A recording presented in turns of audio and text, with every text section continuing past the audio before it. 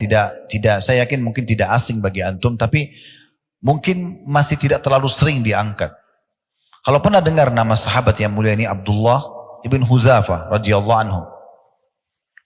Sayang sekali, mungkin di antara guru-guru yang mengajar kaum muslimin, kisah-kisah seperti ini tidak dijadikan sebagai kisah heroik, kisah yang harus selalu disampaikan agar bisa membakar keimanan kita.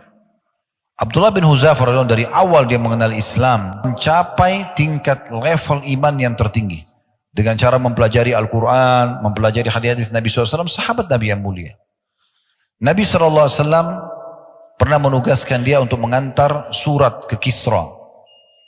Pada saat dia antar surat ke Kisra dan dia jalan sendirian, perjalanan waktu itu memakan antara 1 bulan 1,5 bulan. Dia jalan sendiri, tidak ada pengawal, ya. Naik turun gunung, gurun pasir, sampai tiba di Kisra. Dan dia mengantarkan surat Nabi SAW.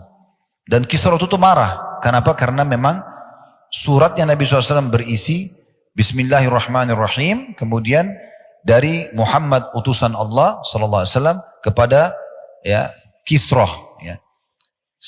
Semoga keselamatan tercurahkan bagi orang-orang yang mengikuti petunjuk. Tapi rupanya pada saat itu Kisra marah karena dia anggap Nabi Muhammad SAW berada di bawah kekuasaannya. Dia anggap Jazirah Arab itu wilayah jajahannya dia.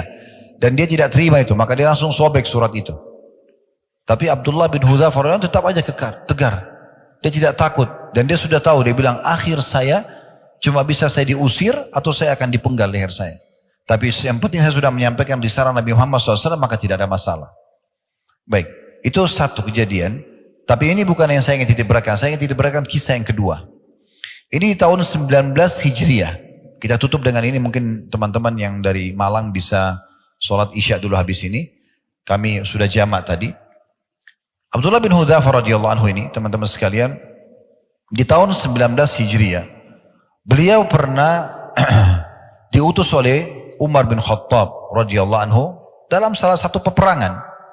Memimpin pasukan. Dan dia sama teman-temannya semuanya ditawan oleh Raja Romawi, pasukan Romawi.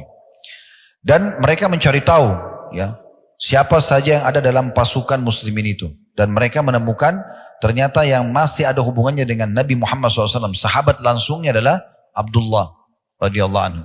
Maka mereka mengikatnya dan membawanya kepada Heraklius ya. Atau pada saat itu istilah bagi Kaisar Romawi. Dibawalah ke sana. Kemudian Abdullah pada saat didatangkan diikat, diperhatikan mukanya oleh Kisra atau Kaisar pada saat itu, bajunya yang usang, wajahnya yang pucat karena ditawan penuh debu, tawanan, tidak dikasih makan, memang ditahan beberapa hari, ya. Tapi dia lihat orang ini seperti santai saja. Maka Kaisar tidak ingin membunuhnya seperti umumnya tawanan-tawanan. Maka ditawarkan, dia mengatakan, siapa namamu? Abdullah.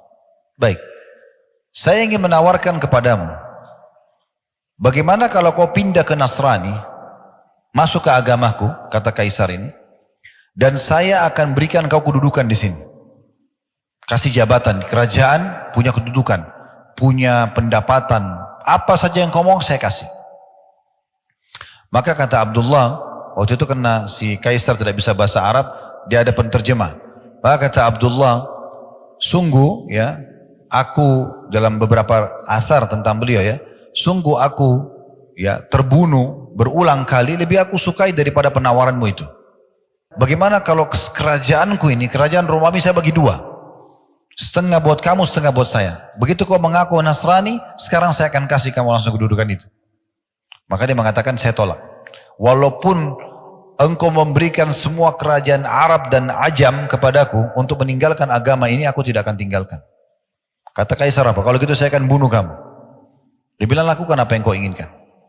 Disuruh ikat, ditaruh di tiang salib. Lalu kata Kaisar kepada para pemanahnya, jangan lukai dia. Tapi lempar anak panah di sekitar tangannya. Supaya dia takut saja. Dilempar, sambil dilempar panah tersebut, sambil ditawarkan kembali Nasrani. Tetap ditolak. Kaisar bilang, lempar di arah kakinya. Dilempar tapi tetap saya tidak mau. Hanya disuruh turun. Kemudian Kaisar menyuruh mendatangkan satu kuali besar. Isinya minyak yang sengaja dipanasi dengan api, dipikul oleh banyak orang, ditaruh di atas api lalu mendidih. Kemudian dibawalah 2 orang dari tawanan muslim, dilempar ke dalam api panas itu. Baru masuk beberapa detik, sudah keluar tinggal tulang-tulang saja, karena panasnya minyak itu. Di depan mata dia, kita bayangkan satu bejana besar, dipanasin dengan api, bejananya panas, minyaknya panas mendidih, lalu dilempar dari kita ke situ. Ini ujian yang luar biasa. Maka diperlihatkan 2 orang itu. Lalu Kaisar bilang, kalau kau tidak mau pindah Nasrani, saya akan bunuh kau seperti 2 temanmu itu. Kata Abdullah, silahkan lakukan. Digiringlah Abdullah menuju ke minyak itu. Pas dekat api, Abdullah nangis. Kata prajuritnya, dia nangis. Kita lapor dulu kepada Kaisar. Dilapor, wahai Kaisar, dia sudah nangis. Kata Kaisar, kembalikan ke saya, mungkin sudah lunak hatinya. Begitu didatangkan, kata Kaisar, kenapa kau menangis? Dia bilang, saya menyesal karena saya cuma punya 1 nyawa. Saya berharap punya nyawa, sejumlah helai rambut saya, semuanya dilempar ke minyak itu supaya semuanya mati di jalan Allah. Kaisar jadi putus asa, nggak tahu dia harus buat apa dengan orang ini. Mau dibunuh pun tidak ada masalah. Nangisnya hanya karena punya 1 nyawa. Gitu kan? Itu luar biasa. Maka akhirnya Kaisar bingung, bagaimana caranya? Dia sudah malu dengan semua orang yang ada di sekitarnya.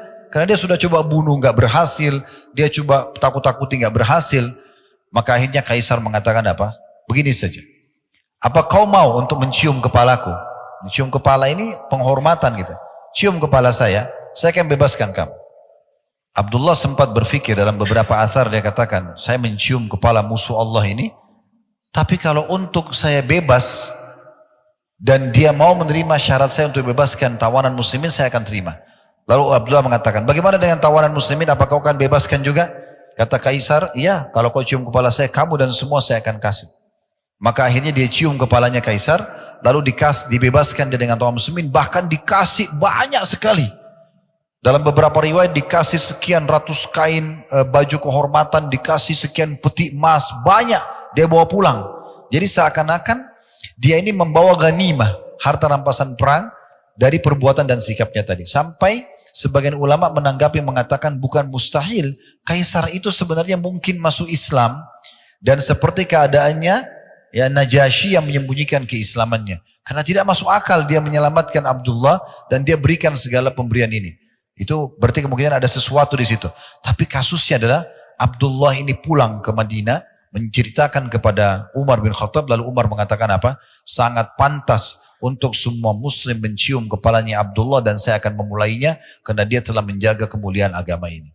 Ini contoh keimanan. Seseorang di antara kita di masa sekarang hanya takut meninggalkan pekerjaannya, masih ada pekerjaan yang lain. Subhanallah, tidak mau tinggalkan. Lalu mau bicara masalah keimanan.